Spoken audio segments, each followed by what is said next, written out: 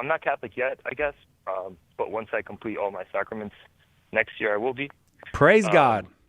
My Glory to question, yes, praise God. My question, Joe, is how does forgiveness work? Like when you go into church and you confess, basically, how does that work in terms of, one, where does the priest get that authority to forgive your sins? And also, just in terms of like anything heinous someone can do, I guess they can ask for forgiveness. And are they just completely cleansed of their sin? Or, like how does that work in terms of if someone truly does something horrible, does God still judge them? Wonderful. So if I can ask a clarifying question. In the scenario you gave of somebody who does something heinous, are they truly contrite of the sin and going to God for mercy?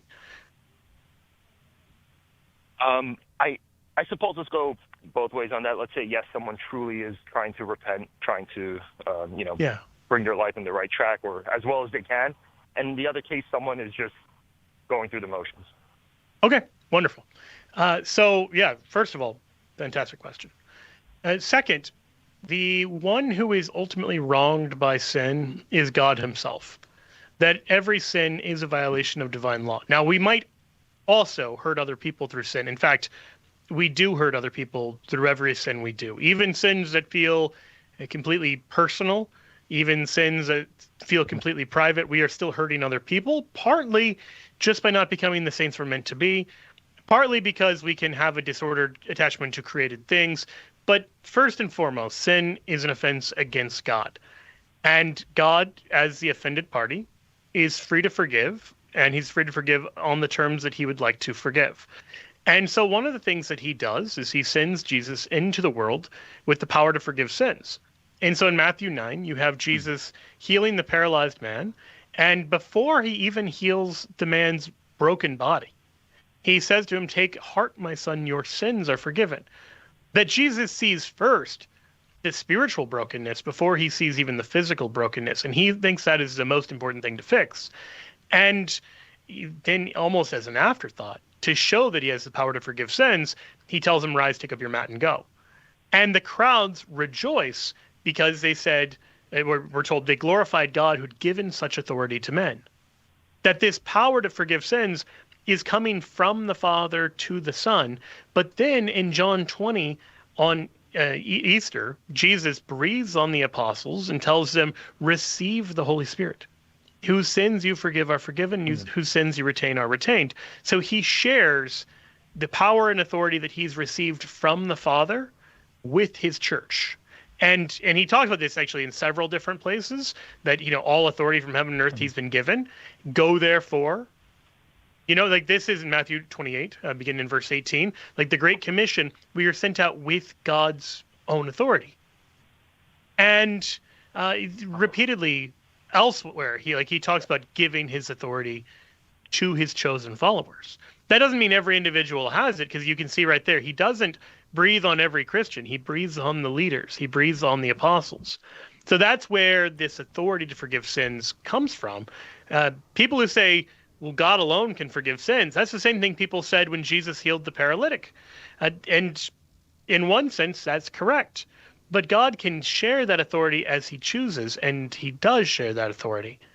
Now, then the other part of the question is, okay, so you've got somebody who does something heinous, and they're truly contrite for it.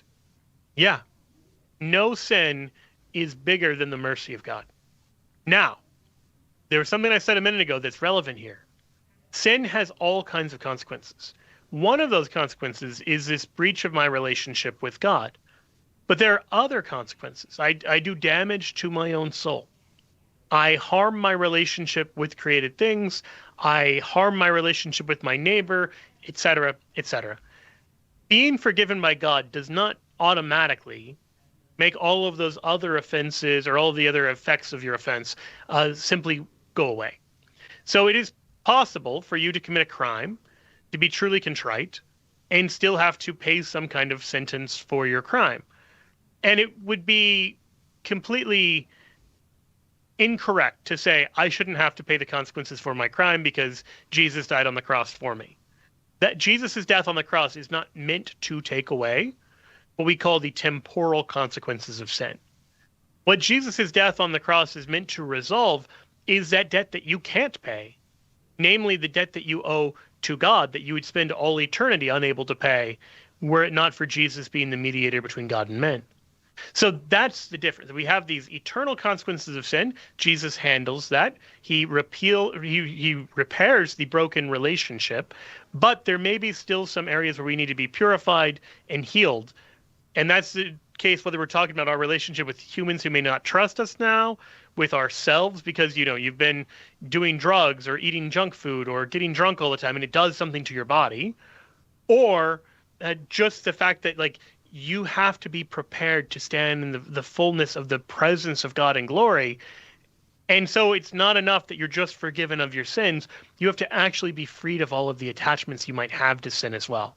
So, yes, no sin is too big to be forgiven. But being forgiven of sins doesn't automatically mean that all the consequences of your bad actions go away. Does that make sense?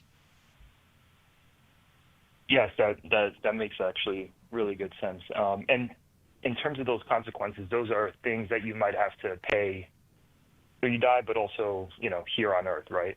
Yeah. So the process of being purified of all of the impurities brought about by sin, so inordinate attachments, damaged relationships, all this stuff, this is all part of this process of purification. This is closely tied to the process of sanctification. Now, ideally, you are completely purified at the moment that you die. And if you're not, one of two things is going to happen, assuming that you die in friendship with God. So you're not, apart from God, you're not destined for hell. You are a friend of God when you die. You are therefore assured salvation. You can either be supernaturally transformed instantaneously by God. He can do that. He can heal you of all of the addictions and all of the attachments and all of the damage and all of that. He can wipe all that away with the snap of his fingers, as it were. But so often he doesn't do that. I mean, I think anyone who's ever gone through the process of being purified of an attachment through sin knows God is able to make that journey very easy, but he often permits us to experience what Hebrews calls discipline, because any son acknowledged by his father is going to receive discipline. He wants to make you godlike. And a lot of that means being purified, which is why, for instance, 1 Corinthians 3, St. Paul can talk about those who are saved as through fire, that there is a purifying fire, not the fires of damnation, but a kind of fire of purgation, of purification. And that can happen here on earth, and that can also happen in the place we call purgatory, which is just this instance of being prepared to stand in the presence of God. But one thing we know for sure from Scripture itself is that nothing impure will ever stand in the full presence of God. The beatific vision will not be enjoyed by those who are in a state of impurity. And so even Christians have to be reminded to be completely purified, as St. Paul says in 2 Corinthians 7, that this is our journey. It's not enough to just say, I want to avoid hell. Our call is to become partakers of the divine nature, in the words of St. Peter. Our call, in the words of 1 John 3, is to become not only children of God, but to become like God. And so anything we want that's less than that, we're going to have to be stretched, and we're going to have to grow so that we're prepared for what God has ready for those who love him. I'm going to leave it there. Thank you for walking the dog, Ned. If you got time to give us an address, I'd love to send you Joe's book, The Eucharist is Really Jesus, kind of as a welcome home gift as you come into the Catholic Church. Ned, thanks very much for the call. Got to take a quick break. Right back with more Why Aren't You Catholic? With Joe Heschmeyer on Catholic Answers Live. Hang on. Catholic Answers Live will return in a moment. Are you a coffee drinker? If so, you can now enjoy a coffee roasted to perfection by the Carmelite monks of Wyoming. Delicious Mystic Monk coffee is roasted and prepared by monks in a hidden cloistered monastery and is available in over 25 varieties. All Mystic Monk coffees are works of perfection and labors of love. For more information on how to purchase Mystic Monk coffee, visit mysticmonkcoffee.com. That's mysticmonkcoffee.com. One of the reasons we should go to Mass is because it is the food of the saints that we receive.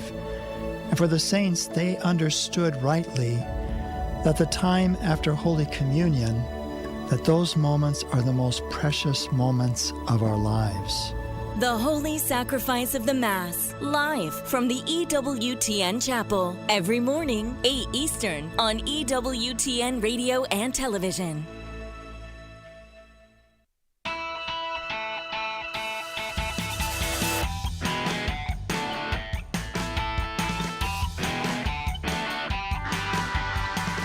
Why aren't you Catholic? That's the question we're asking you this hour.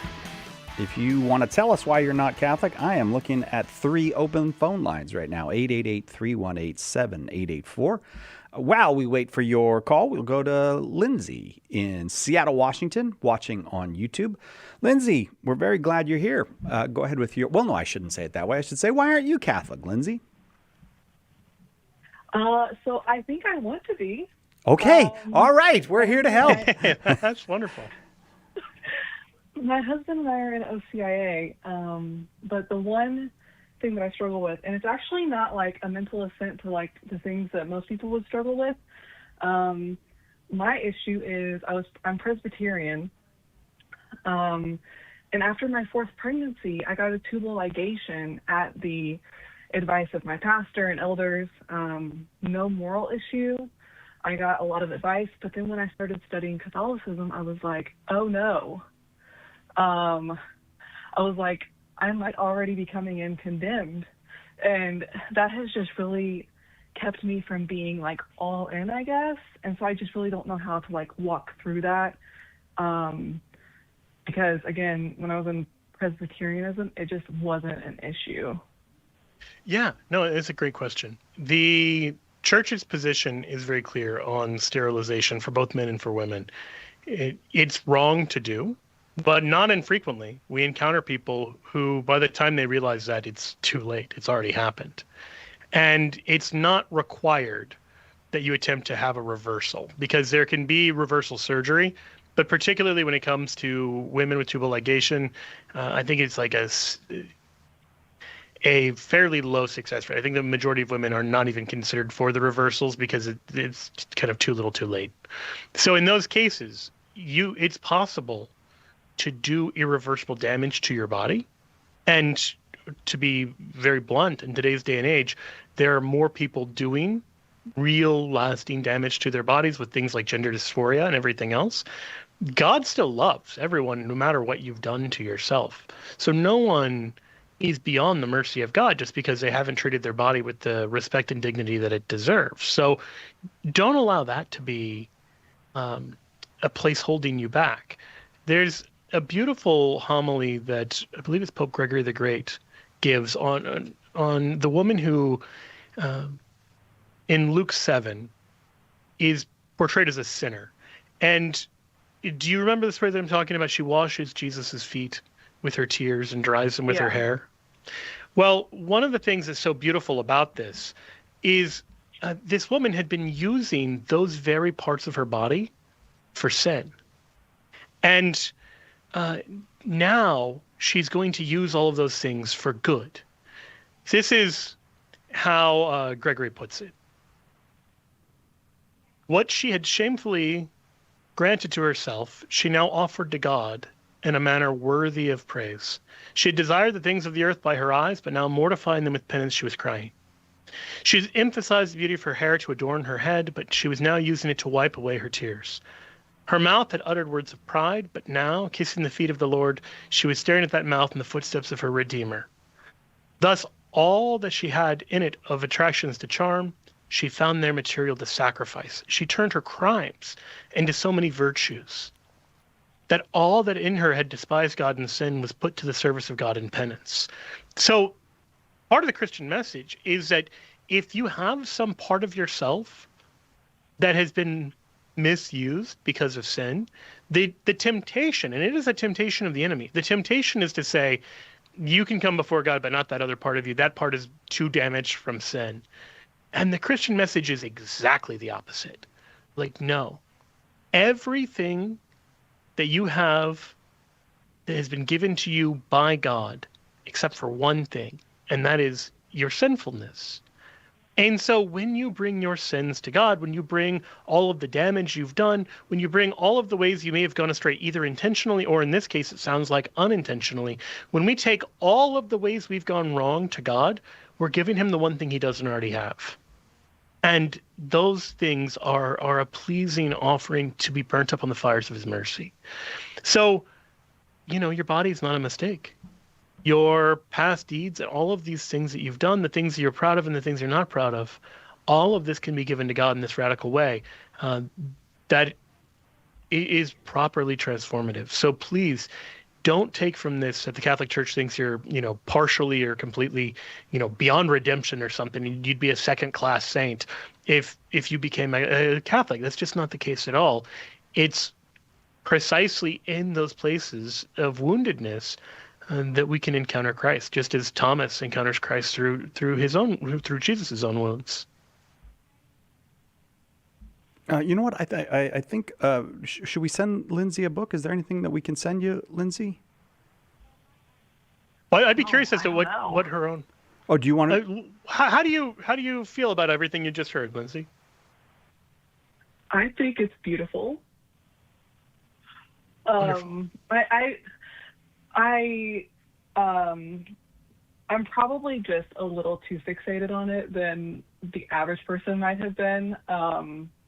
But no, that's really helpful. Good. I was kind of thinking of like Mary Magdalene and, how sinful she was, and, yet she's a saint. Yeah. So I was kind of thinking along those same lines, but just mentally getting over that hurdle has just been kind of a struggle. Yeah, look, the devil has two moves and two moves only. When you sin, he either convinces you your sin is not a big deal and don't worry about it, or your sin is so big that there's nothing that can be done about it. And both of those are lies from the pit of hell. Well, thank you. Yeah, you bet, Lindsay. And yeah, if you want to stick around on the line, we'd be happy to send you any number of any of our good Catholic Answers books. I don't know where you are in your journey, but maybe a good one would be Trent Horn's Why We're Catholic. It's a good sort of 20,000 foot overview. And then, yeah, keep in touch, call back. And if you've got other issues as you're kind of walking through this, we'd love to talk to you again. Thank you, Lindsay. Hang on. We'll send you Why We're Catholic if you'd like that one, or if maybe you've already got that one, you want to tell them one of Joe's books. We'll send you one of those. Look forward to hearing from you again, Lindsay. Anthony is in Las Vegas watching on YouTube. Anthony, thank you for waiting. Why aren't you Catholic? Hello. Hello, Anthony. So I am Catholic and I am a catechist, but I do struggle sometimes. And, I want to be a faithful person to the church, but I love watching your guys' videos, and I just thought nobody better to educate me than you guys. And if I may rephrase my question, it's basically this. If keeping the law will cause you to sin, why does Jesus say to keep the law? And how exactly do we live out the new covenant when we're still holding on to the old law? And this is only a concern for me because it blurs my understanding of navigating the Christian way by looking at the law, keeping them, but not holding on to them and letting God work in me, yet somehow still sinning. And that's where I'm at. Yeah, that's wonderful. When you try to get good at anything, one of the first things that happens is that you realize that you're a lot worse at it than you first realized. So, you try to play an instrument or play, chess or learn a language or whatever. At first, you might be like, hey, I've really got the hang of this. But then you're pretty quickly going to hit this stage where you realize, like, oh, I'm not as good at this as I thought I was. And this isn't a bad thing. This is an important part of that process, that you need to see your own kind of limitations. Because otherwise, you're going to just remain bad forever. Like the people who are so bad at singing that they don't know how bad they are in a much worse spot. Well, the same thing is true morally. The people who don't even realize how much sin is present in their life are in a worse spot. I'll explain more on this after this break. How about that? Anthony, hang on if you can. Okay. Joe Heschmeyer, our guest. If you're not a Catholic, we'd love you to tell us why. 888-318-7884.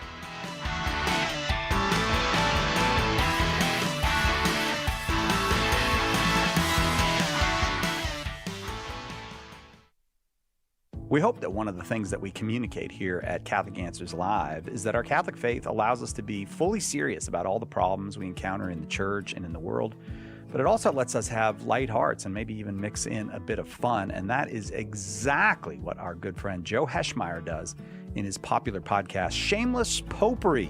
You should check it out at shamelessjoe.com. Joe's got a deep grasp of the faith, morals, the teachings of the church, all that, but he's also got a witty conversational style. He entertains and he informs, but you will leave equipped to better answer the most common challenges, misconceptions, and questions about the Catholic faith.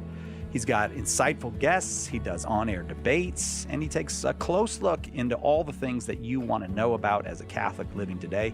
You'll walk away knowledgeable and filled with joy.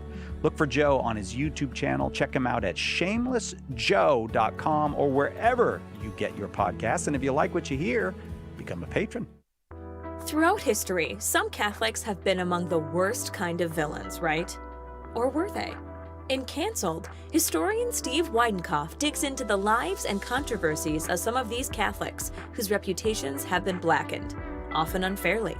He takes on the anti-Catholic versions of history and defends not only these figures, but the faith they represent. Order your copy of Cancelled today at shop.catholic.com or ask for it at a good Catholic bookstore near you. What is the Catholic Church? Everybody seems to have an opinion, but the church never quite fits into the boxes people try to make for it. In The Faith Unboxed, author Andrew Petiprin looks at some of the most common boxes people put the Catholic Church in and explains why they don't fit. In doing so, he brings us closer to what the church really is, the institution founded by Christ. Order The Faith Unboxed today at shop.catholic.com or ask for it at a good Catholic bookstore near you. On Thursday's Take Two with Jerry and Debbie, our topic will be, if you could spend Christmas anywhere, where would it be? And now back to Catholic Answers Live.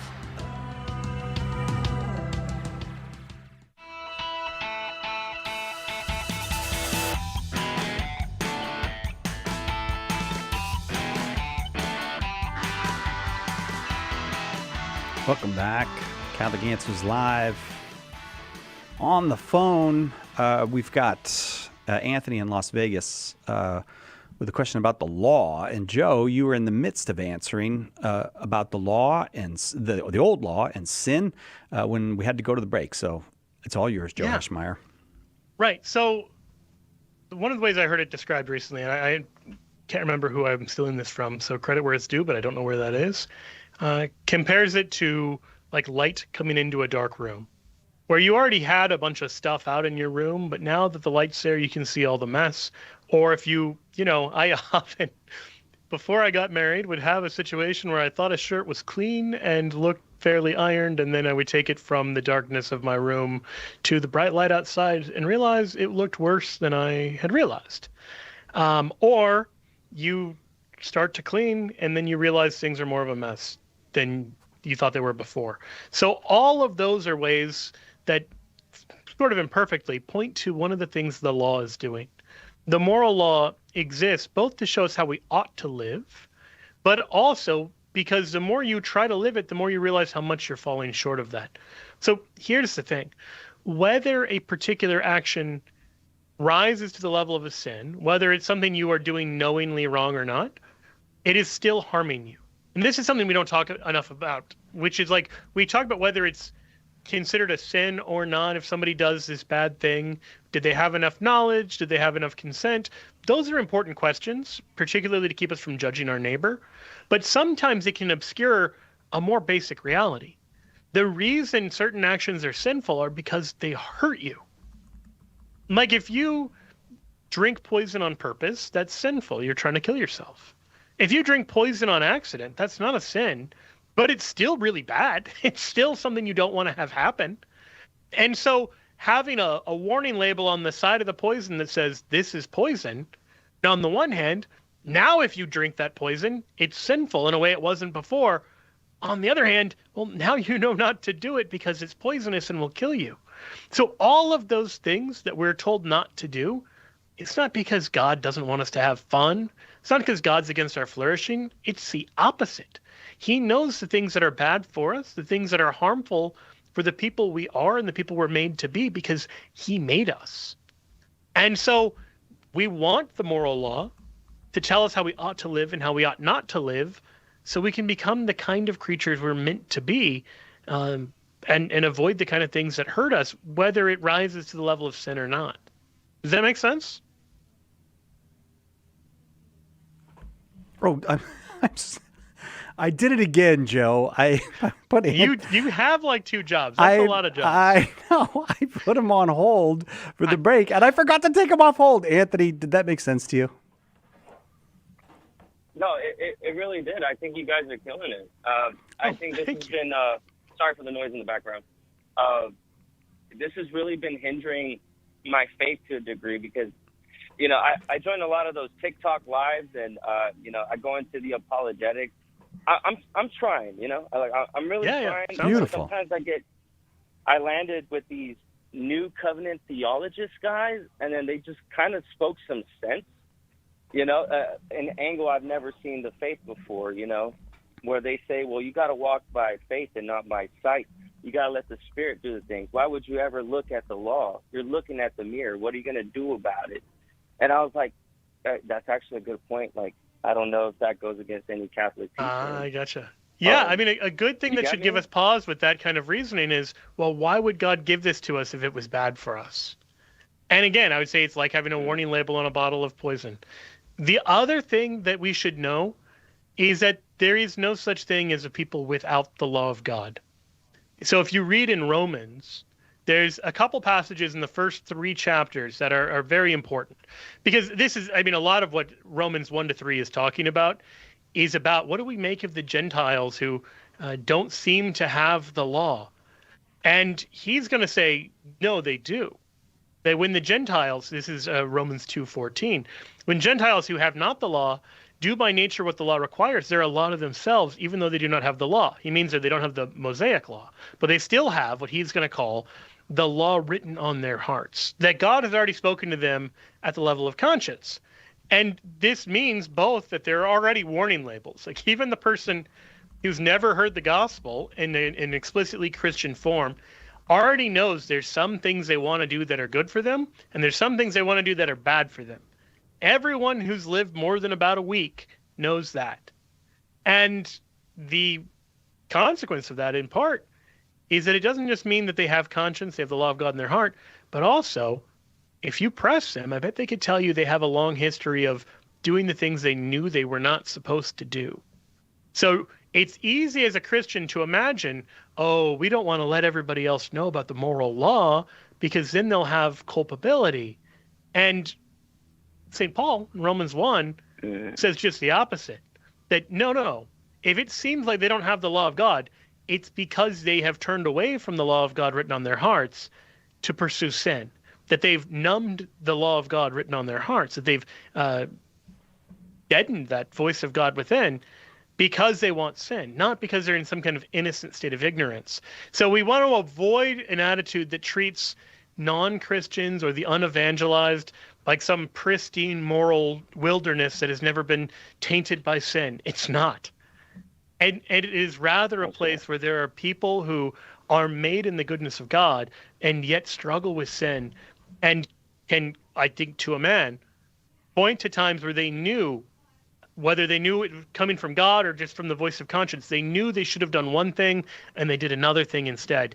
And it's because we have this and because we've all caused this kind of damage in a way we can't fully atone for that we stand in need of a savior. And this is why the gospel is good news. I see.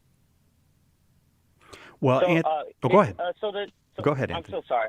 No. This is the most important conversation. Yeah, because I really struggle understanding what all of this is sometimes. You know, it's such a big picture. Like the gospel is very simple, right? I heard somebody say the gospel is simple enough for a 5-year-old to understand, but deep enough for the greatest minds to, you know, dwell on for the rest of their lives, you know? Yes. And as I've matured in my faith, I'm constantly tested, and I just have deeper questions that my carnal mind can wrap around, you know? And how much control do I really have? None? Yeah, A little bit? this is huge. We can know God, but we can't comprehend him.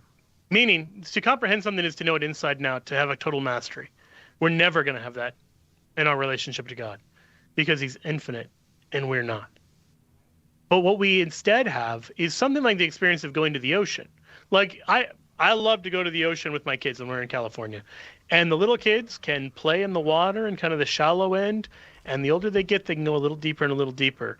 And as an adult, you can go out swimming really far and find, just like the kid, wow, this is amazing. I've got this experience of this is beyond my comprehension. This is beyond, like, this is bigger than me. And you are invited as far deep into that as you can go and as you're comfortable going. God will kind of beckon you out, cast out into the deep, as he said to St. Peter, Duc in altum. That's what we're sort of invited to. And so it's good if you find yourself saying, like, wow, I knew the basic story, and yet the more I go, the more I realize I've got so much I don't know. There's so much that I don't have. And that should create in us both the courage to say, reason's not going to bump up into, like, the wall. It's not going to, I don't know if you've ever seen the Truman Show. You're not going to just be like, oh, hit the edge of the sky, and that's the end of things. Like, there's no more to this world. No. The world of God is an infinitely large one. And so your reason and your faith have all the room in the world to expand. And at the same time, you should have this incredible humility of realizing, like, this is so much bigger than I am. And don't let that overwhelm you in a negative way. Let it overawe you. Like, let it lead you to this place of just saying, like, wow, this is incredible and this is good news. Anthony, as you're working your way through all these questions, we do have a thing called the Big Book of Catholic Answers, and I'll send you a copy of it. Just give an address to Siobhan, and within days, we'll get it out of here and off to you. I think I'll take a quick break, and then we'll come back, because it's just about break time. So we'll take a quick break. If you're on the line, hang on the line. We're going to come right back and get to your reason why you are not Catholic. Why aren't you Catholic today on Catholic Answers Live with Joe Heschmeyer, 888-318-7884. Hang on. We'll be right back with more Catholic Answers Live. The Catechism defines evangelization as the proclamation of Christ and his gospel by word and the testimony of life. But what does that look like in real life? It looks like St. Paul street evangelists out in the public square sharing the good news. We're a Catholic nonprofit that starts conversations by handing out free sacramentals. Then we employ our method of listen, befriend, proclaim, and invite. Catholic Answers is supported in part by St. Paul Street Evangelization. Visit streetevangelization.com to learn more.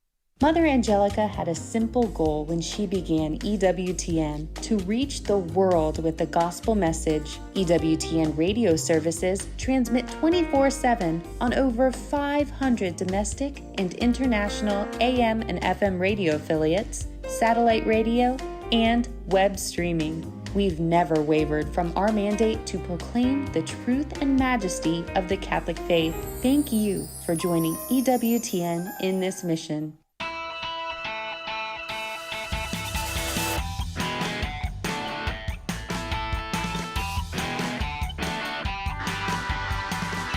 Joe Heschmeyer, our guest. Why aren't you Catholic? Our question. If you're not Catholic, we'd love to talk with you.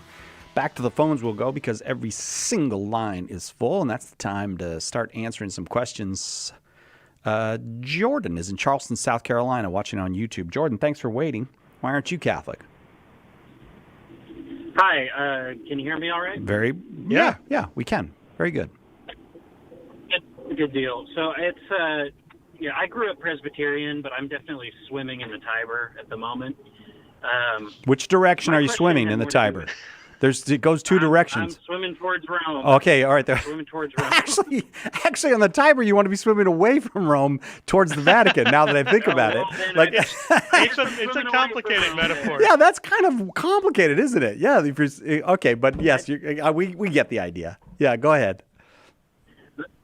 But so for a few years now, I've been going to this evangelical church, and they always have at the end of the service, say this prayer with us, and if you said this prayer, then congratulations, you're saved. And I always thought, I think what you mean to say is you're on the right path. You know, I grew up Presbyterian. We teach that baptism is what saves you, and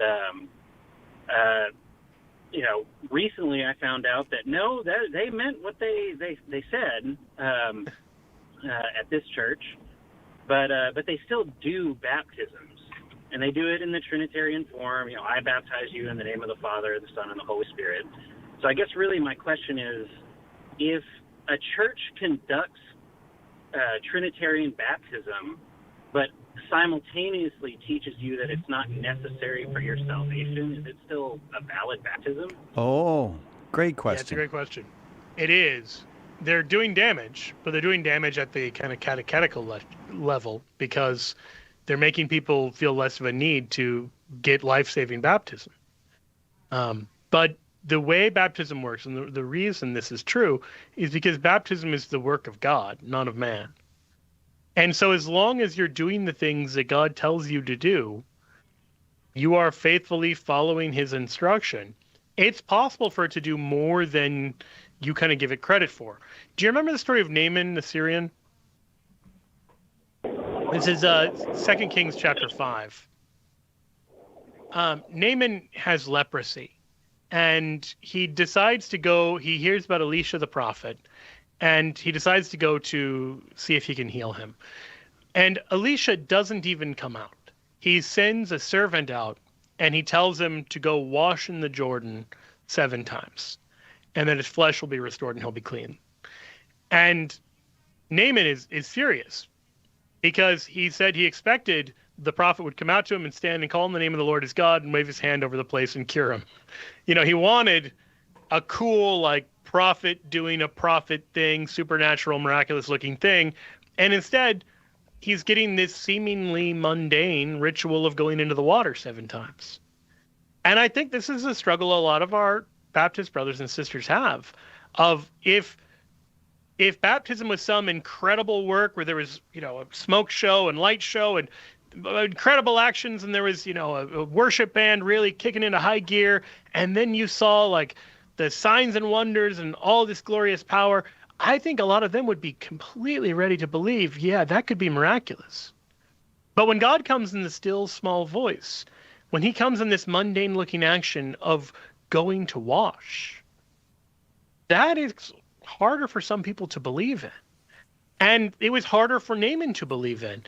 And so he starts to leave. We're actually told he turned and went away in a rage. And then his servant stops him and points out, you know, if the prophet had commanded you to do some great thing, wouldn't you have done it? And so instead he's being told to do a little thing.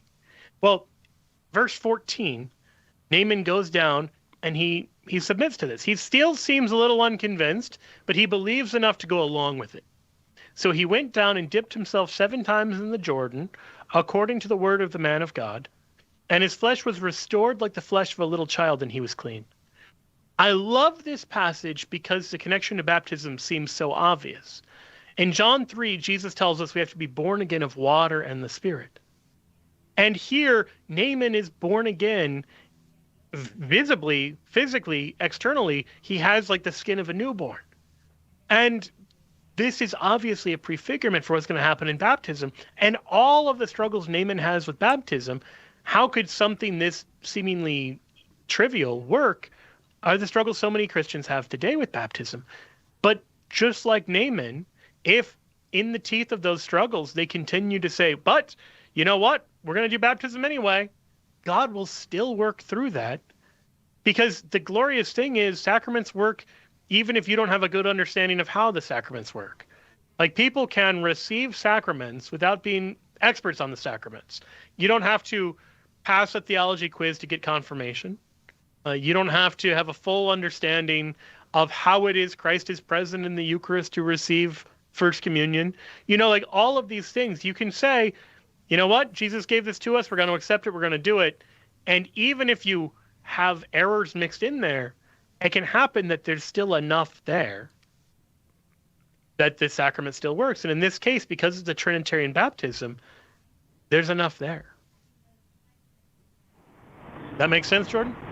Well, it does. And if you would mind entertaining a kind of secondary part to that question. I feel bad for your call screener because I just thought of this one.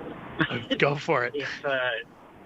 If we're doing so, this church essentially teaches that baptism is like a declaration in front of other Christians that you are choosing to live out a Christian life. And it is very much like your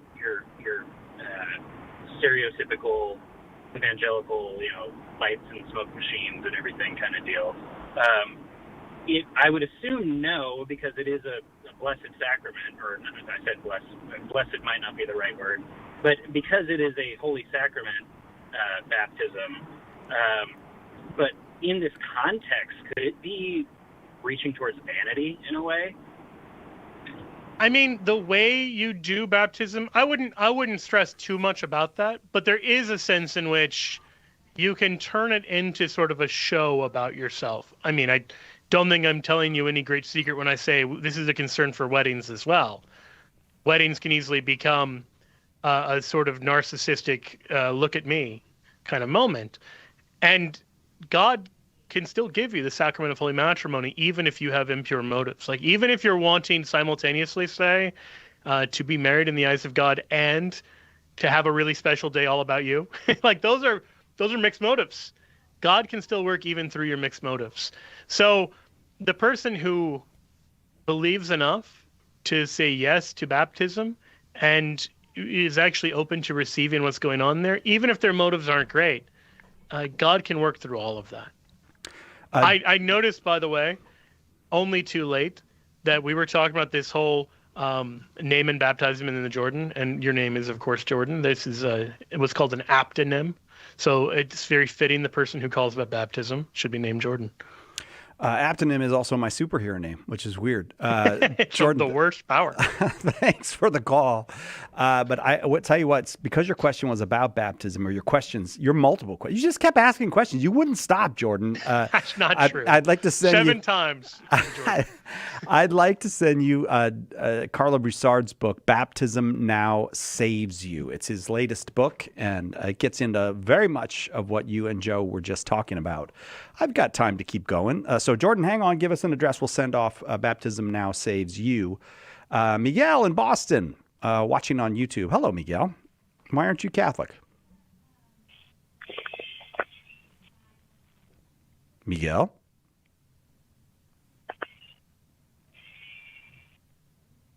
All right, I'm going to come back to you, Miguel. Hang on. When whatever is going on resolves itself, we'll be here for you.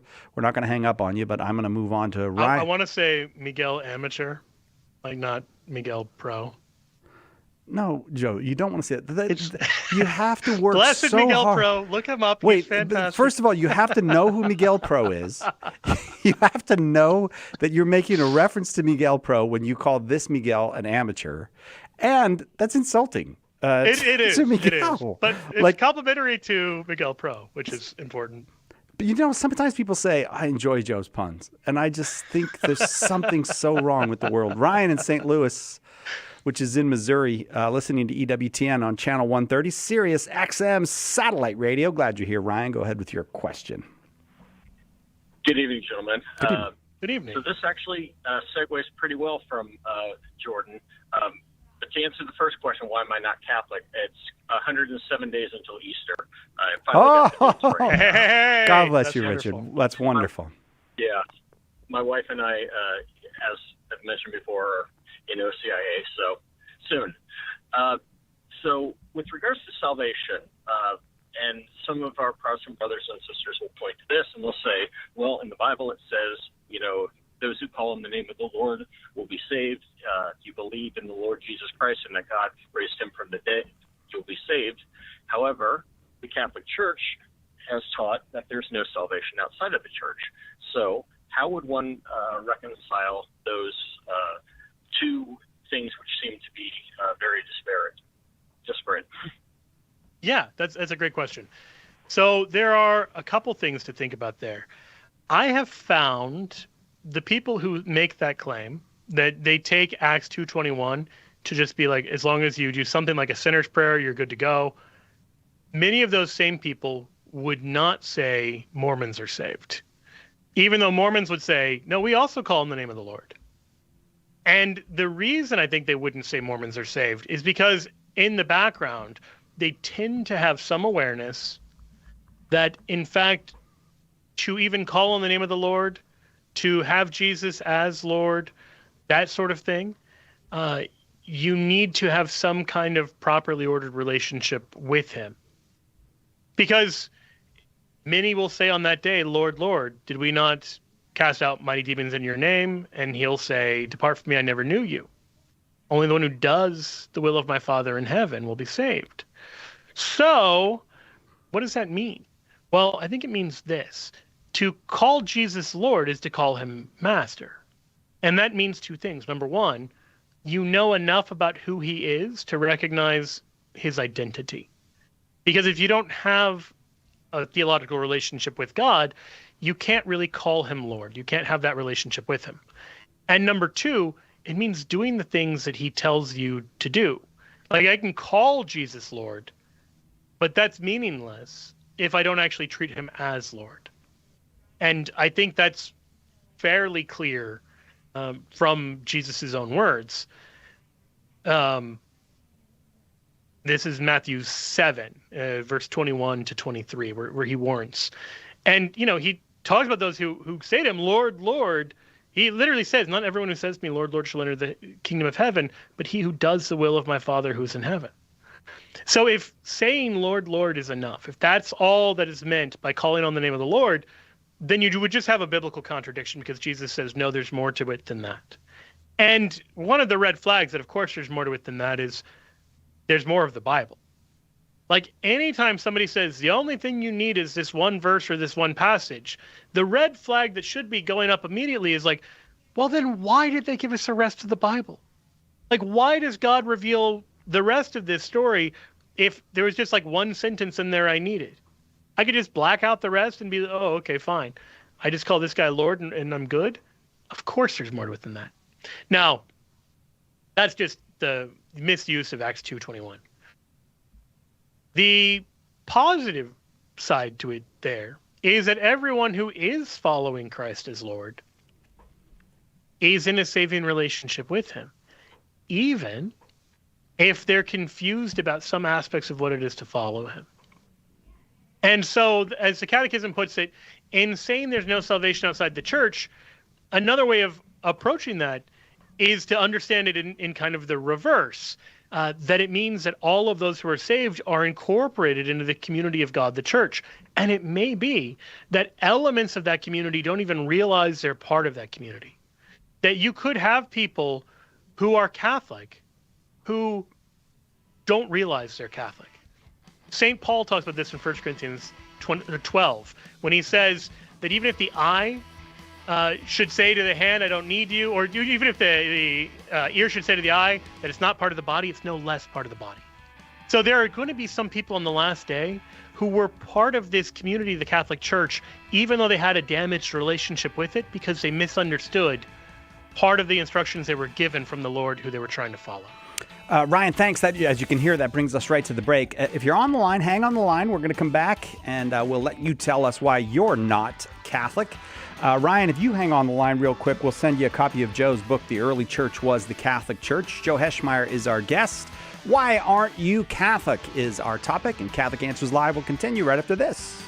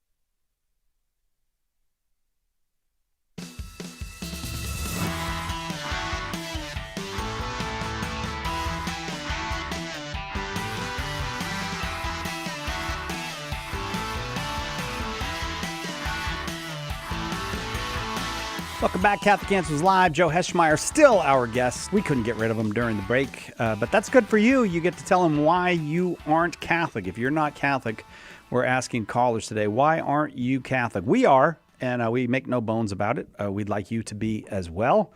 And we actually, I think Joe would agree with me on this. Everybody should be. Everybody should be Catholic. I would indeed. Would you agree with that, Joe? I would. It's the one holy Catholic and Apostolic Church, you know. We as we like to say, we say that at least once a week. Sunday, yeah. Every Sunday, at least on Sunday we say it. 888-318-7884 is the number here. But if you are not Catholic and you want to tell somebody why, you're doing us a favor to call. You really are doing us a favor. So we'll do our very best to treat you well if you call and tell us why you're not Catholic. I had a little confusion. I guess Miguel was on the line before. I think I might have been pushing the wrong button. It's been a tough day for me, Joe. I don't know what's the matter with me today. Some days it's just like this. Miguel in Boston, are you there with us? Hey, I am. Hi, Miguel. Why aren't you Catholic? Okay, so I am Catholic, but I was listening to a pretty popular political podcaster / commentator, and he said that he's not Catholic because of a philosophical paradox. If God is all-powerful, why can't he make a boulder that he himself cannot move? And I thought this was kind of weak, but I want to hear somebody, an apologist, answer this. Wait, so you don't want to tell us who this this is a public person who said this, but it sounds like you're kind of protecting their identity. Sure. It's Tim Pool. Oh, okay. Oh, okay. Okay. All right. So Tim Pool won't be Catholic because God can't make a rock so big that even he can't pick it up. Yeah, this is more of a puddle than a pool, philosophically. Oh, Joe, I apologize, Miguel. I'm going to send you a free book just to make up for that pun. But go ahead, Joe. C.S. Lewis talks about this in The Problem of Pain. Well, I think there's really two things you could say. One, if you want to be a little cute about it, in the incarnation, you have times where Christ in his humanity wouldn't be able to pick up a boulder. You know, when he's an infant in the manger, by his mere human strength, he cannot pick up a boulder. So technically, God can make a boulder big enough that he can't move it if you add the right qualifications on there. But the real issue is asking that omnipotence include literally impossible things isn't a limitation on omnipotence. It's just a nonsensical request. Hey, why don't you do something you can't do? Why don't you create a thing you can't create? Just doesn't mean it. It is a meaningless request. So C.S. Lewis puts it like this. He says his omnipotence means power to do all that is intrinsically possible, not to do the intrinsically impossible. You may attribute miracles to him, but not nonsense. There's no limit to his power. If you choose to say God can give a creature free will and at the same time withhold free will from it, you've not succeeded in saying anything about God. Meaningless combinations of words do not suddenly acquire meaning simply because we prefix to them the two words God can. It remains true that all things are possible with God. The intrinsic impossibilities are not things, but non-entities. It is no more possible for God than for the weakest of his creatures to carry out both of two mutually exclusive alternatives, not because his power meets an obstacle, but because nonsense remains nonsense even when we talk it about God. So that's the thing that I think people need to understand. Like if I said, if God's all powerful, why can't he make a square circle?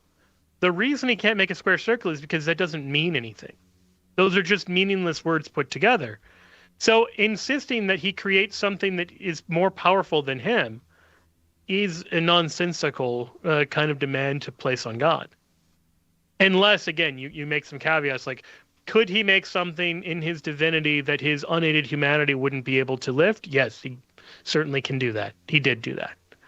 But if you mean that you're only going to believe in omnipotence if it is a potent omnipotence, if it's an omnipotence that is not strong enough to do something, then you're just demanding two literally opposite things, which is like demanding that there can only be a square circle. It's a nonsensical demand.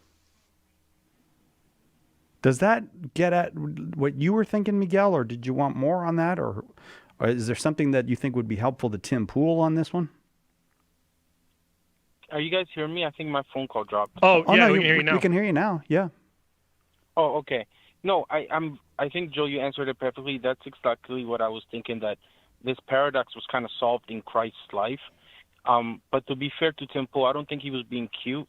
I think that he had come across Catholics who said, God, who is the logos of the world, cannot do something against his own nature. So I think you answered it well. Oh, good. No, I was saying it would be cute for me to give the kind of hypostatic union as the way out of the paradox, because I think an atheist or somebody dealing with that question would say, well, okay, fine, that sort of answers the question, but why wouldn't the Father create a boulder so big he couldn't pick it up? So you could raise those kind of hypotheticals. But it does seem. Am I correct in your assessment, Miguel? It seems like maybe Tim Pool had this sincere question, which everybody should have this. This is a pretty basic, good, solid question, and Catholics gave him a bad answer to it. Was that the impression you got, Miguel?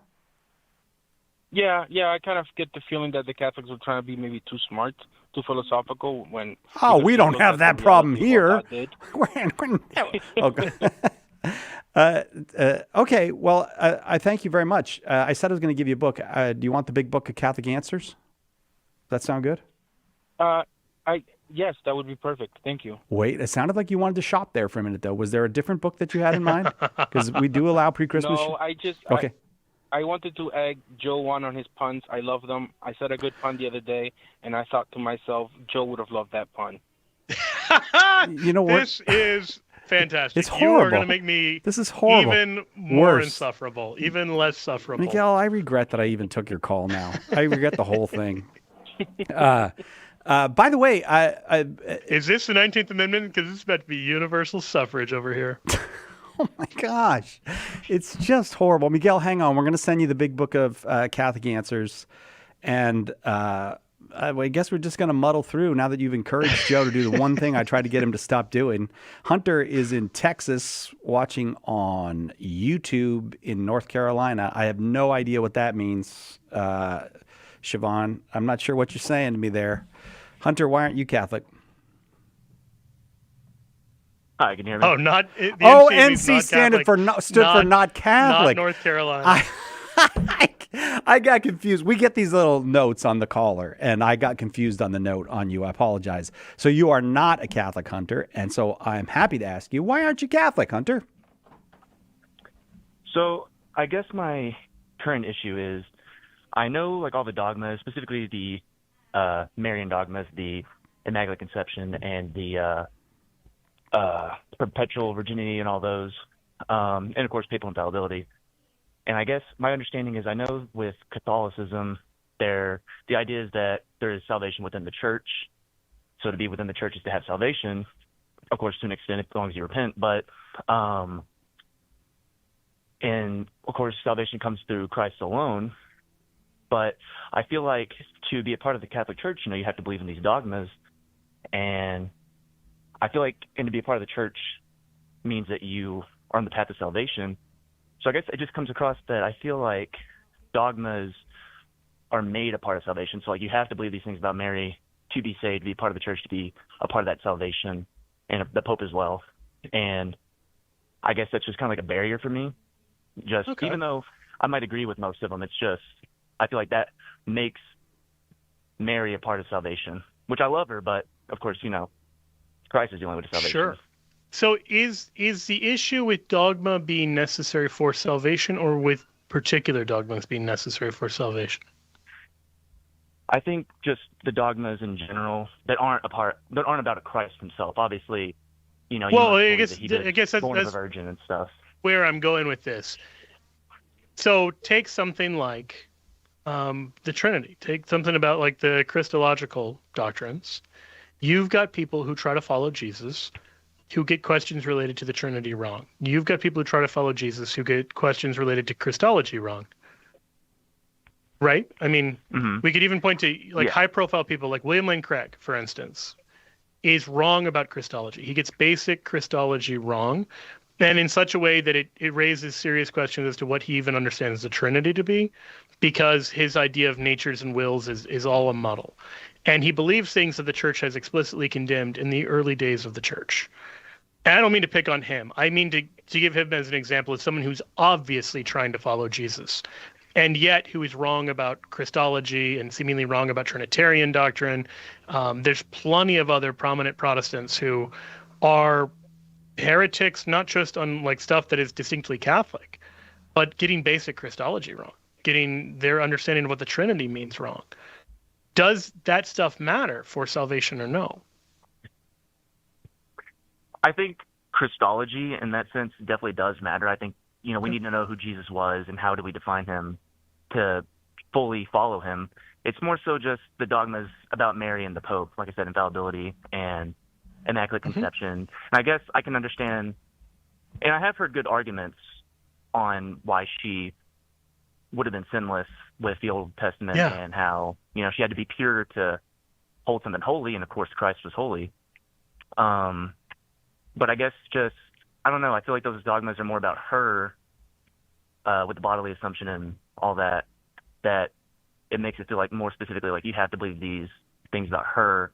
When the Creed says we look forward to the resurrection of the dead and the life of the world to come, would you say that is more about the saints or more about Christ, or is that kind of distinction nonsensical? I would say that's more about Christ and his coming. Okay. I mean, because when St. Paul talks in 1 Corinthians 15 about our resurrection from the dead, he's really clear that to deny our resurrection from the dead is tantamount to an attack on the resurrection of Jesus. And yet, you could see someone looking at that and saying, why isn't it enough to believe in the resurrection of Jesus? Why do I also have to believe in this thing about the saints as well? And so trying to separate which things are about the saints and which are about Christ strikes me as not the right move. Like when the Council of Ephesus dogmatically defines Mary as Theotokos, the mother of God, this is in response to the Nestorian claim that she's merely the mother of Christ. Well, that is, on the one hand, clearly a debate about Mary. On the other hand, it's also clearly a debate about Jesus. Is the child of Mary Jesus or God or both? Like, is it just that she is just Christotokos, she's just the mother of Christ, or is she the mother of the second person of the Holy Trinity? Because if she's not, then her son isn't the second person of the Trinity. And that's, of course, a claim about Jesus. Now, similarly, the reason Mary is immaculately conceived is because she's the Ark of the New Covenant. And her bodily assumption into heaven is part of this broader story of our glorious rising again at the Last Judgment. And so all of those things are inseparably bound up with Christological doctrines. So that's one of the reasons why we care about these things enough to dogmatize them.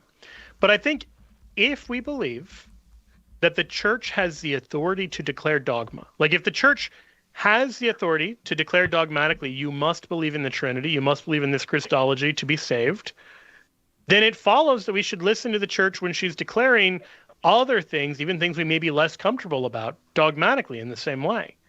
If she doesn't have the authority to declare, Mary's the mother of God, then she doesn't really have the authority to declare that Jesus is God in the first place. So we can't just say, well, I'm only going to follow the church's dogmatic definitions when I agree with them, because the whole point of having a church that can give dogmatic definitions is that it's not just left to our own devices. If it's left to our own devices, you might agree with 80, 90, 99% of what the church has to say, but that's not actually what your relationship is to the church. Think about it like this. Jesus famously says in John 14, I'm the way, the truth, and the life. No one comes to the Father except through me. And before the Catholic Church is even known as the church, as the Catholic Church, before the Catholic Church is even known as Christian, the first name we find for the church in Acts is the church calling herself the Way. That she is insistent that the way that leads to heaven is not Jesus apart from the church. It is Jesus through the church.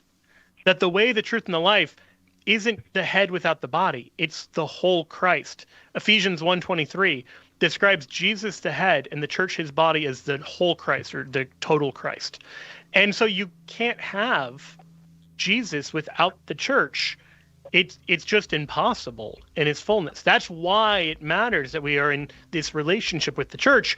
And to be in right relationship with the church, we're called to be of one heart and one mind. And so when theological disputes come up, and they have from very early on, the church plays this role in settling those disputes. Like, think about Acts 15. The first controversy the church has to settle is on whether we have to follow the Mosaic law or not. It's actually not on a big issue like Christology. It's not on a big issue like the Trinitarian theology. It's on this much more practical issue of the role of the Mosaic law. And the church settles this with the authority of God, with literal divine authority in Acts 15:28, that it has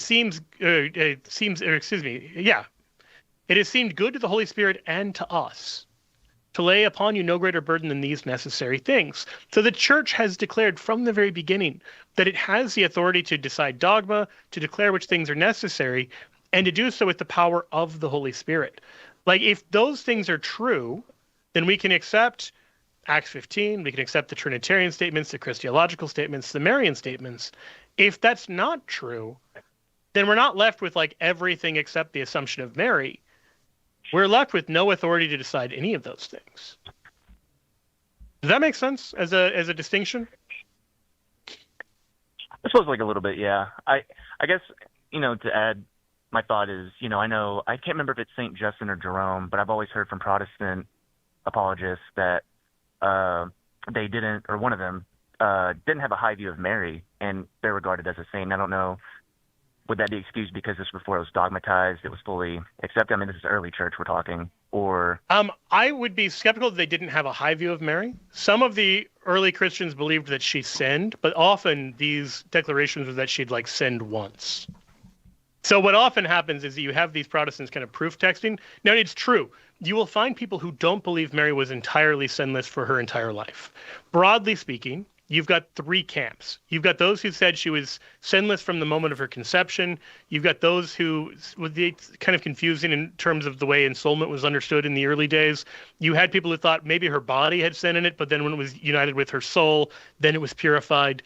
Obviously, that view is just biologically wrong. And then you had people who believed that she sinned once and therefore needed a savior. So you will find that view. And so one of the things that the church does is it clarifies doctrine when there's a dispute. Just like in Acts 15, you had people thinking that you had to follow the Mosaic law to be saved. At that time, they're not doing anything sinful. They don't know any better. The church has this job of clarifying doctrine when there's a legitimate confusion. So yeah, I mean, there are plenty of people who were saints who there was still some area that was unsettled doctrinally. You can find in, I think, the second century fathers, statements even on the Trinity that are at least sometimes sounding a little imprecise. That people will debate, did they think Jesus was entirely equal to the Father or not? And they're not always completely clear on it. But that's different than somebody denying the Trinity today, where we have greater clarity around the doctrine. One of the things we believe in is that the Holy Spirit leads the church into the fullness of truth, not in the sense of new revelation, but of coming to have a greater appreciation for how the different pieces fit together. And so we can say things with clarity now that maybe were more opaque 1,000 years ago. Hunter, got to leave it there. Thank you very much. Got to take a break. Right back with more Why Aren't You Catholic with Joe Heschmeyer on Catholic Answers Live. Stay with us for more Catholic Answers Live. Underwriting for Catholic Answers Live is provided by Magnificat. Published monthly, Magnificat features texts of daily Mass, prayers, articles, meditations, art commentaries, and more, in step with the liturgical rhythm of the Church, on the web at magnificat.com. EWTN has its own official YouTube channel with tens of thousands of videos covering just about every conceivable topic of interest to Catholics. And, best of all, it's free. Every day, EWTN adds new TV shows, live events, devotionals, homilies, and specials to its YouTube channel. Visit the EWTN YouTube channel today. EWTN, the Global Catholic Network.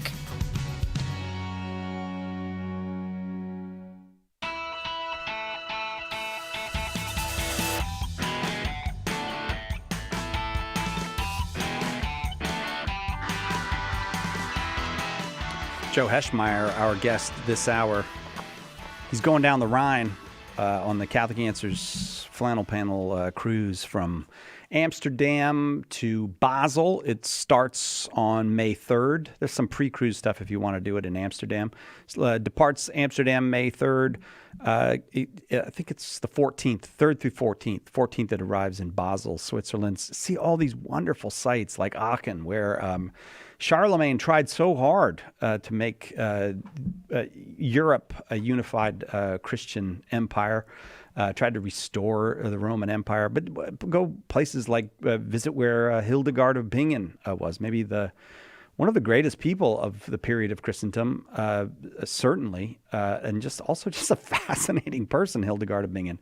All kinds of great stuff. That is the doorway that Christianity went in to Germany from, all of Germanic Christianity that has made so many contributions to the world over the last 1,500 years or so. We'd love it if you'd come with us. Use the promo code CARadio2026 and you get $300 off. Go to CatholicCruise.com, CatholicCruise.com. Joe, you looked like you wanted to say something about this cruise through the heart of the Christian doorway of Europe. What did you want to say?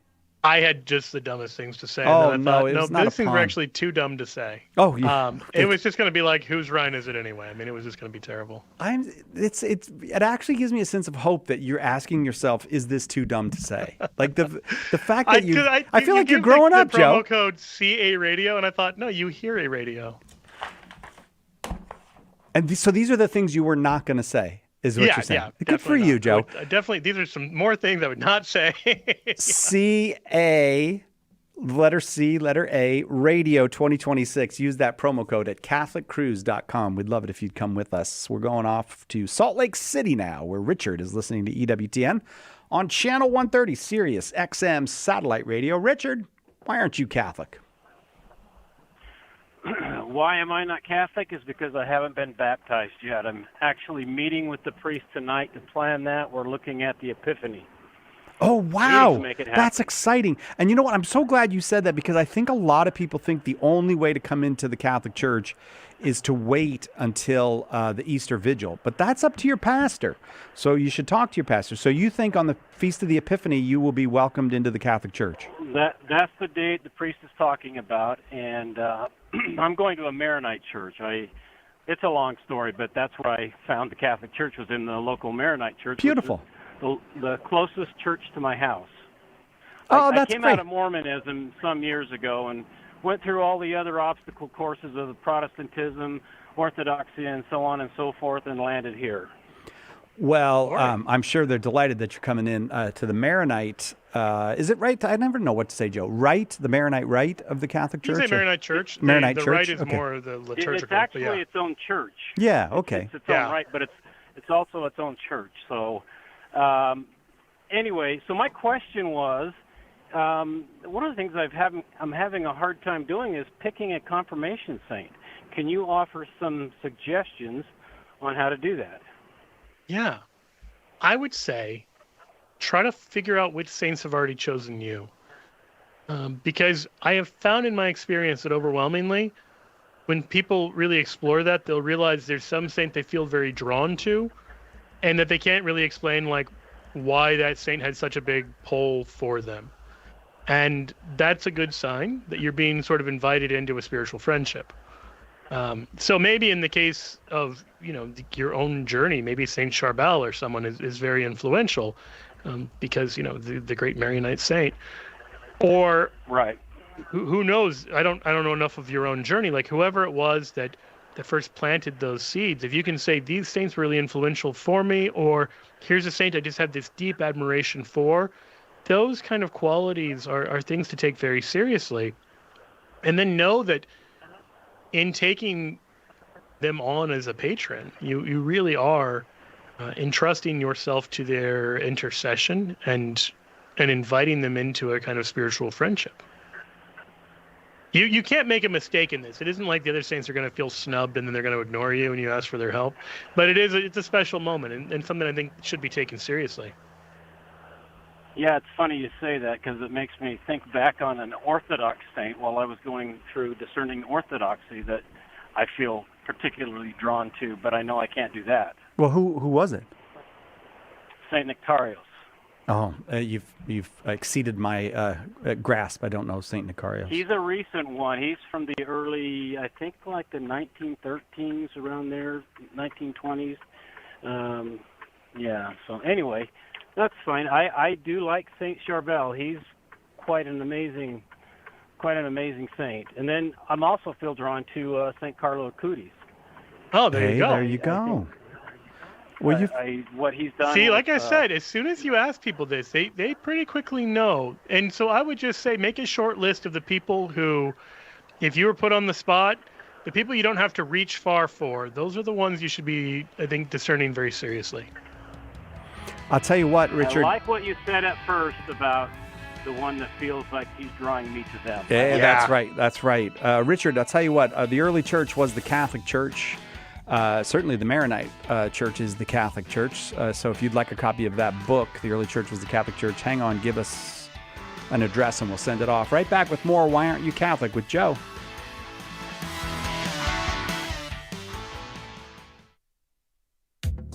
Have you ever wondered about the mysterious, even obscure aspects of the Catholic faith? Dive into the Jimmy Akin podcast, where Jimmy brings together information from many fields as he pushes the boundaries of apologetics. Tune in today to the Jimmy Akin podcast, Mysteries of the Faith, a highly entertaining, informative, and at times humorous show that will help you grow in your faith. Visit JimmyAkinPodcast.com today to subscribe. Lots of people have big questions about Catholicism. It needs a big book of answers, and now it's got one. The Big Book of Catholic Answers is filled with helpful replies to more than 250 questions about the faith. Questions about God, salvation history, the Creed, the Bible, the list goes on and on. Order your copy of the Big Book of Catholic Answers today at shop.catholic.com or ask for it at a good Catholic bookstore near you. What was the church like in its infancy? In a word, Catholic.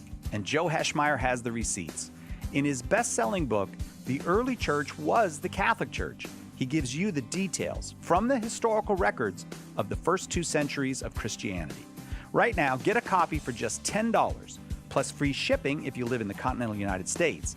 Get more information and order The Early Church Was the Catholic Church at theearlychurchwascatholic.com. What is the Catholic Church? Everyone seems to have an opinion, but the church never quite fits into the boxes people make for it. In The Faith Unboxed, author Andrew Petiprin looks at some of the most common boxes people put the Catholic Church in and explains why they don't fit. In doing so, he brings us closer to what the church really is, the institution founded by Christ. Order The Faith Unboxed today at shop.catholic.com or ask for it at a good Catholic bookstore near you. On Thursdays, Take Two with Jerry and Debbie, our topic will be, if you could spend Christmas anywhere, where would it be? And now back to Catholic Answers Live.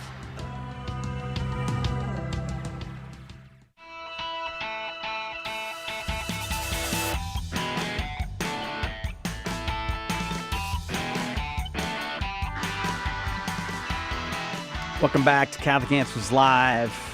I'm going to warn you, in the last half hour, the puns usually get worse with Joe Heschmeyer, but it's worth it because he's very helpful and he's very interesting, but it usually does devolve. So if you really hate puns, like as any normal person should, this is going to be a tough half hour for you. 888-318-7884 is the number. If you're not Catholic and you want to tell us why you're not Catholic, dial that, 888-318-7884. Going to John in London, Kentucky. Is there a place, London, Kentucky, watching on YouTube? Rightio there. Yes, I'm here. Wait, are you John? Yes, Are you in London, Kentucky? I don't hear any British accent at all.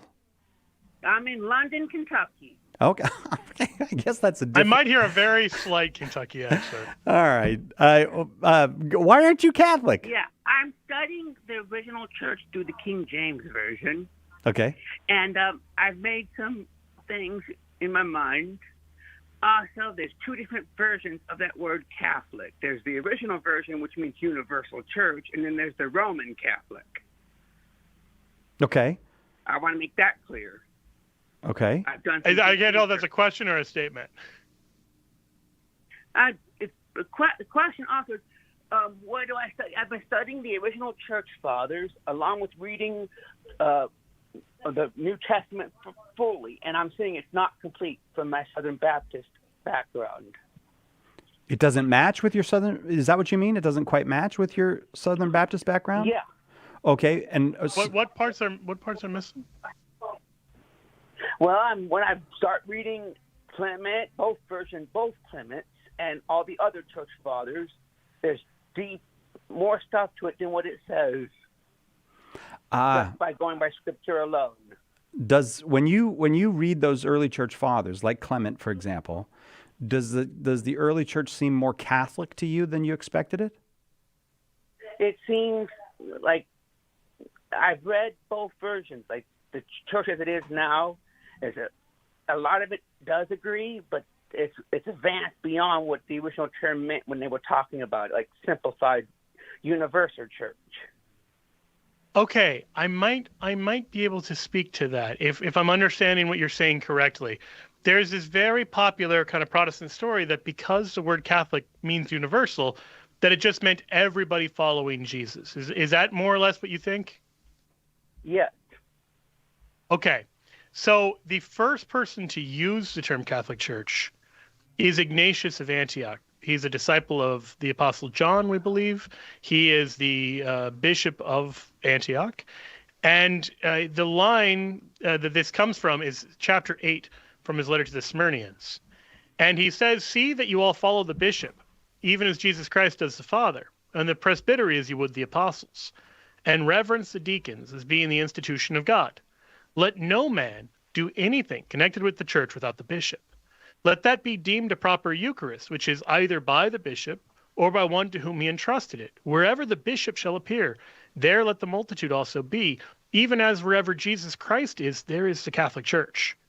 So what's incredible is, if you listen to that passage, Ignatius is a big believer that there is an institutional church called the Catholic Church, and that you can do nothing apart from the bishop. Like if you start doing your own thing, that's not the Catholic Church acting. So do nothing apart from the bishop, because we should be following the bishop. And so that's the first time the term gets used. When Catholics continue to use Catholic Church to mean the visible, structured, organized, institutional church, we're using the term the same way it's been used since 107. Protestants have redefined it to mean like all Christians anywhere, whatever, but that's exactly not what Ignatius means by it. He's saying don't take that approach. Like don't go out and just think you can do your own thing. So you can just read for yourself, or later on when like the Nicene Creed talks about one holy Catholic and Apostolic Church, you can read what those guys believed about the Catholic Church from their own writings. It's much later during the Reformation and really after the Reformation that you get Protestants saying Catholic Church just means like everybody everywhere. But that's not what it means. Ignatius in this same letter, like literally a paragraph before, warns against those who don't believe in the Eucharist as the flesh of our Savior Jesus Christ, and says that Christians should have nothing to do with them. So it's pretty clear that he's not just saying just love Jesus in whatever your own way and then you'll be a Catholic. Catholic Church has always meant something more than that. Other church has also had problems. She's split right now. Sorry? Between Orthodox and Catholic. Oh, sure. I mean, yeah, we should all be one. And there are schisms where people have broken away from the church. Absolutely.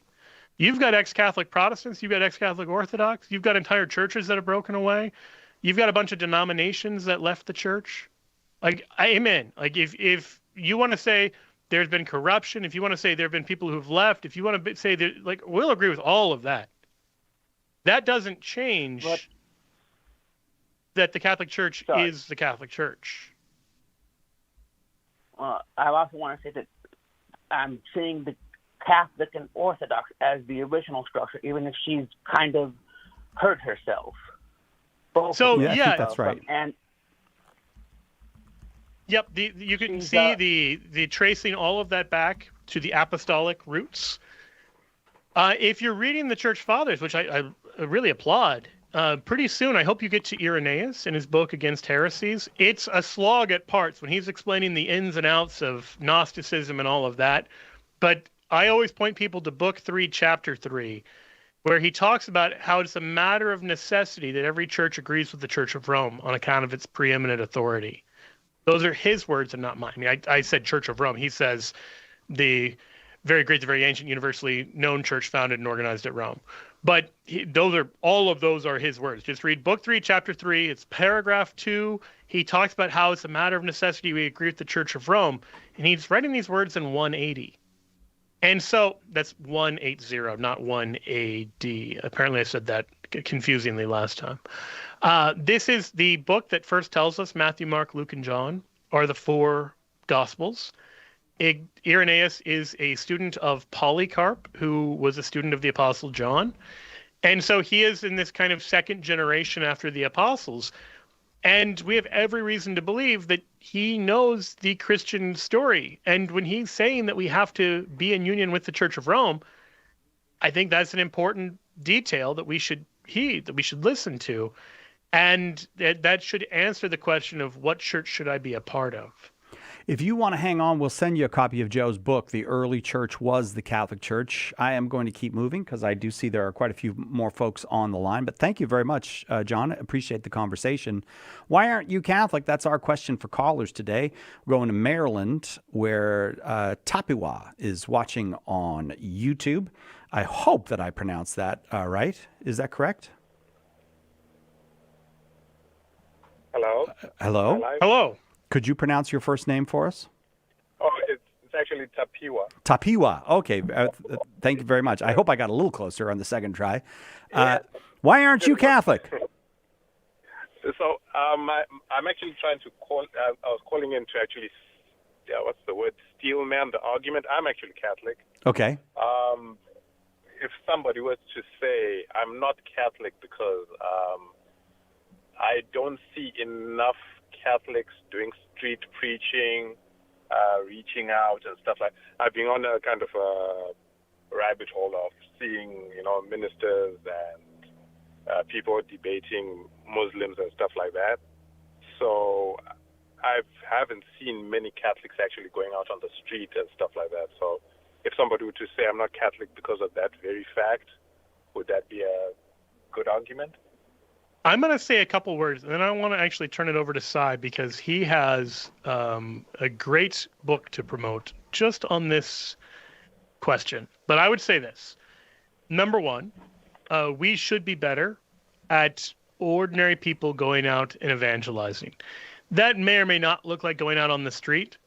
The growth of early Christianity was not primarily people going out on the street. Paul seems to have done this somewhat, but he's also pretty exceptional. If you say, who else in the early church did this? It's a very short-looking list. That said, we should be better at finding all sorts of ways to open the door to ex-Catholics, to Catholic curious people, to people who maybe aren't even curious yet. I was just at an event by the Augustine Institute here in Kansas City called Embracing the Great Commission, a day of formation for parish school, catechetical, and ministry leaders. And if you want to invite Augustine Institute into your diocese to give talks like this, I thought they did a fantastic job of really explaining both why we need to be taking this more seriously and how to do it well. I came away, even as someone who works for Catholic Answers, came away thinking like, wow, there are some concrete steps I could take with my family to reach our neighbors in a more direct way, like going around and giving like a Christmas basket and then an invitation to kind of talk about Jesus. To, like something like that is a small, easy thing. One of the things they said is that door to door actually works a lot better than street corner. Like in terms of just effectiveness, people tend to be a little more willing to talk to you when they're in their own home for whatever reason, rather than, when they're trying to get from point A to point B on the street. So all that is to say, we should be better at it. I think if somebody said, why should I become Catholic? There aren't enough people doing it. I'd be tempted to say, well, go become Catholic and then there'll be one more person doing it. Like, if you think there need to be more Catholic street preachers, become Catholic and become a street preacher. But I know Mr. Cy Kellett, recently co-authored a fantastic book on this very question, so I thought I would turn it over to him. I don't know if I'm the co-author on it. The book is called How to Talk About Jesus with Anyone by Steve Dawson with Cy Kellett. So I think So that's, you're the with anyone. I'm the with. You're the anyone. I'm the with. Yeah. So I think that's slightly lower than co-author, and that's perfectly fair because Steve Dawson founded St. Paul Street Evangelization. So if somebody says to you Catholics are not out on the street doing this, say, well, there's several organizations that are very, very good at this, and St. Paul Street Evangelization right at the top of the list. So you can find Catholic street evangelization organizations. And you should, and if somebody were to say this to you, I'd say to them the words St. Paul Street Evangelization, and then just say, look it up.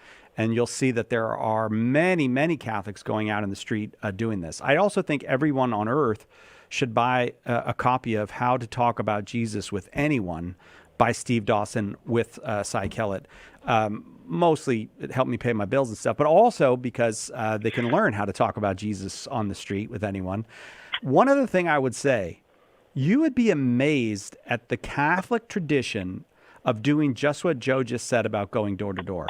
I know here in San Diego, they had a mission back in the 1950s where the bishop called on Catholics to go to visit every house in San Diego and invite them to the Catholic Church. That has been going on for hundreds of years, these kinds of diocesan or parish level missions. Even today, there's parishes right now working their way through every church, and they send people out, often 2 by 2. They knock on the door. They say, we're Catholic. We want to invite you to the Catholic Church. Are you Catholic? Have you been baptized? All these kinds of things. And people have wonderful conversations. So I think actually, this is one of the areas where the reputation of the Catholic Church is way behind the reality. Catholics have been doing this since the very beginning of the church. The idea of a parish taking a certain time of the year to visit every house that's in the parish boundaries is very, very old. That has been done for a very long time. And we've got an interview we did, I don't know, maybe 5 years ago with a bishop who got his whole diocese out doing it. So there's a lot more going on evangelistically at the Catholic parish level than I think people are aware of. We just don't have that reputation, but sometimes reputations are wrong. And I actually think this is something, I mean, I know the history of San Diego, but you could find out in any diocese. When's the last time the diocese did a mission to the households of that diocese? And often it's more recent than you might think. So check that out. But if you hang on, I got to take the break now, Tapiwa. If you will hang on, I'll send you a copy of How to Talk About Jesus with Anyone. It's full of the wisdom of Steve Dawson, the founder of St. Paul Street Evangelization. And we'll come back and take more folks telling us why they're not Catholic right after this on Catholic Answers Live. You're listening to Catholic Answers Live. Underwriting for Catholic Answers Live is provided by Real Estate for Life. Real Estate for Life connects homebuyers and sellers to real estate agents while supporting pro-life organizations. On the web at realestateforlife.org. 'Tis the season for Christmas programming. Join EWTN Radio Christmas Eve and Christmas Day for the 48 Hours of Christmas with Raymond Arroyo and the World Over Christmas Special. Can you fulfill a huge Christmas wish of mine? Now, what would that be? Could we sing I Wish You a Merry Christmas? We wish you a Merry Christmas. We wish you a Merry Christmas. We wish you a Merry Christmas. The 48 Hours of Christmas, Christmas Eve and Christmas Day on EWTN Radio. Who was the first Catholic in your family? Were they evangelized by a friend, a coworker, a stranger? Did you ever think that you could be that person that God uses to save a soul? And that soul could save their family, their grandchildren, and generations to come. At St. Paul Street Evangelization, a Catholic nonprofit, we train, equip, and mobilize Catholic disciples to do the urgent work of evangelization. Catholic Answers is supported in part by St. Paul Street Evangelization, streetevangelization.com.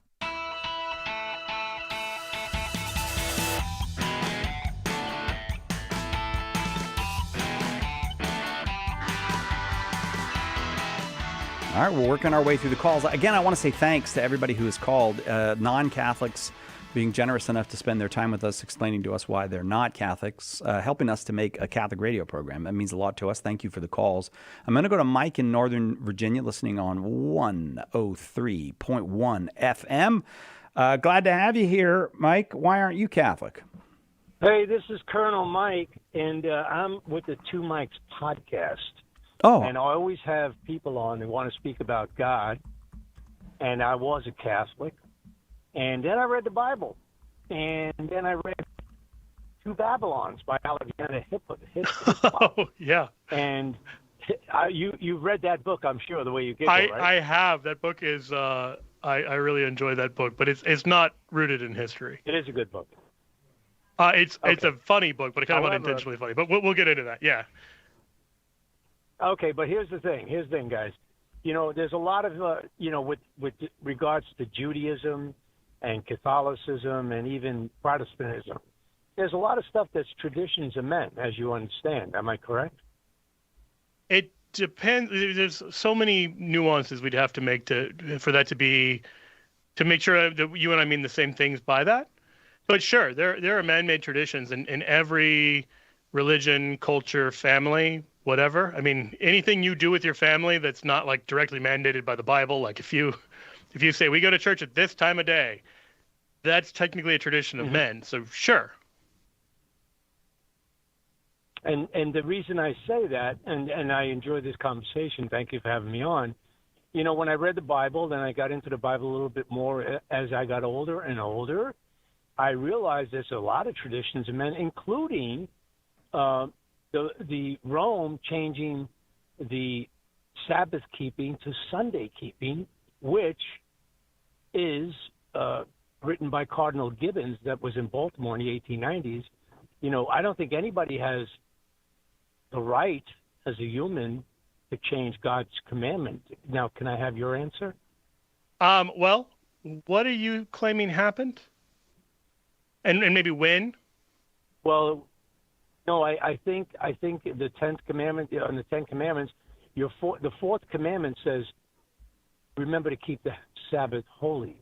Now, it's the only commandment which says remember. Now, what's the opposite of remember is don't forget, right? Sure.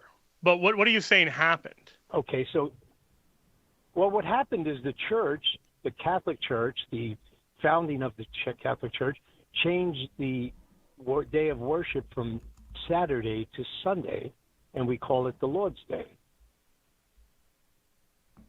Okay. And so when are you saying that happened? Oh, way back during, I guess, the early church, going back to Byzantine era. Would you agree with me on that? I would say we see it in Scripture itself. We see Revelation 1 refers to the day of the Lord. It's way before the Byzantine era. The early Christians from the time of the apostles worshipped on Sunday. Mm-hmm. So so when we go through Revelation, it says, to those who overcome, keep my commandments and my statutes, correct? Yep. That's right. All right. So that's what I'm trying to say. So give me the Well, answer. so you're Come saying on. the commandments there meant keep the 10 commandments? Yes. What about the statutes? And it's not legalism. It's not legalism. What are Everybody the in statutes Protestant in community, that context? You said keep my commandments and statutes. Yeah, it's in the Bible. That's what God says in the Bible in Revelation. I'm asking what you think the word statutes means in that context? Well, I'm asking you now. It says statutes, so tell me your version. I don't have a version that says keep my commandments and statutes in the book of Revelation. What I don't know what chapter and verse you're talking about. That's right. Okay, I'm sorry. I apologize. Because there's so many versions I of think the it Bible. might be Revelation 14:12, where it says, here's a call for the endurance of the saints, those who keep the commandments of God and the faith of Jesus. Is that what you're referring to there? I don't have it in front of me, guys. But if you can pull it up on your screen, Yeah, I don't think this is a reference to Sabbath keeping at all. And I think one of the ways that's clearly demonstrated is that the earliest Christians were entirely clear that they worshipped on Sunday and explained why they worshipped on Sunday. So just to do a quick run through. Because of the resurrection? Yeah, because of three things. Is that what you're saying? Because of three things. Because God creates the world on Sunday. The Father creates the world on Sunday. Jesus rises from the dead on Sunday. The Holy Spirit comes upon the apostles on Sunday at Pentecost. So it is the Trinitarian day of worship. And it's the fulfillment. Now, it doesn't actually say worship on Saturday, by the way, in the Ten Commandments. So there's a lot going on. Rest. It's the day of rest. Yeah. Right, which is not the same thing. That the Lord's Day is about worship. Now, there is an appropriate rest attached to that, but the resting part of Sunday is not actually the central part. The central part is the worship part. So we're not claiming that this is the Sabbath. This is what the Sabbath is preparing us for, this day of worship. Now, we associate worship and rest, but those are two different things. Because if you were a Jew, you would be worshiping throughout the year. Like you'd be worshiping on Passover. You'd be worshiping, and worship means a specific thing. It involves things like offering sacrifice. It wasn't like ordinary Jews were offering worship every Saturday. They weren't. There was a custom of going to the synagogue on Saturday, but this isn't something that we find in the law of God, and it's not the same as prayer or worship. In fact, Jesus, we know from Luke 4, goes to the synagogue every Saturday, but we also know from Jesus that he doesn't consider it a house of prayer or a place of worship. How do we know that? Because the only time the synagogue and prayer are mentioned together is in Matthew chapter 6, where he tells us not to pray in the synagogue as the hypocrites do. Now, that's not saying don't go to the synagogue, but the understanding of prayer and worship that we find in the scripture is very different than what you've just laid out. And so I appreciate you saying like you hadn't read the Bible as a Catholic. I think there's still a lot more work to do. I love that you're asking these questions. If you'll read it, I'd be happy to send you my book, The Eucharist is Really Jesus, which explores some of this stuff about what is the difference between prayer and worship biblically, and how is this found in the Eucharist. Okay, please do. My co-host, please do. My co-host is a Catholic, and if you send it to me, I'll be happy to give it to him first to read it. How's that? Okay, that's great. I mean, but we see a few things. Number one, Colossians 2:16-17, St. Paul says that we are no longer bound by the old covenant's rules about festivals, new moons, and Sabbaths. So that is no longer something binding on Christians. We have, as I already said, Revelation 1 refers to the day of the Lord, which is Sunday. The Didache, which is also probably from the first century, talks about how it's on the Lord's Day the Christians gather together and break bread, and they give Eucharist. And it talks about the Eucharist being offered on the Lord's Day. Ignatius of Antioch is very clear that one of the hallmarks distinguishing the Christians from their Jewish neighbors is that they no longer observe the Sabbath, but they live in the observance of the Lord's Day. That's 107. This is well before there is a Byzantine anything. Byzantium doesn't exist yet. Justin Martyr says, Sunday is the day on which we all hold our common assembly, because it's the first day on which God, having wrought a change in the darkness and matter, made the world, and Jesus Christ, our Savior, on the same day rose from the dead. That's about 160. It goes on and on and on from there. There is no question that the earliest Christians worshipped on Sunday, because they write about it quite regularly. And this appears to have been pretty uncontroversial. In Acts, we see what appears to be a practice of them going to the temple sometimes on Saturday, if they happen to be in Jerusalem, and then breaking bread together on Sunday. But even that's maybe a little ambiguous as to whether that's happening there. But the fact that they are, in fact, worshiping on Sunday is very clear. This is not some later Catholic change or anything like that. Final point on the two Babylons. One of the points Alexander Hislop makes is that the Catholic Church has murdered, I believe he says hundreds of millions of people. Maybe he says tens of millions of people during the Middle Ages. This is mathematically impossible because those people don't. There are not enough people in all of Europe. And then he claims that a primitive form of Baptist exists with the Donatists and the Cathars, and then he lists several other groups. And we now have the actual writings of these different heretical groups, and we see that all of this is false. So if you will, I have a podcast episode called Did the Catholic Church Murder the True Church? You can find it on YouTube for my podcast, Shameless Popery. And I just go through the Trail of Blood, which is based on two Babylons. And a lot of this stuff that people claim is just not rooted in reality on these points. I wish we had more time to kind of unpack all of that. No, what a wonderful call, though. Mike, thank you so much. If you want, as you said, to get that book, the The Eucharist is really Jesus. That's the one you said, Joe, right? Yeah.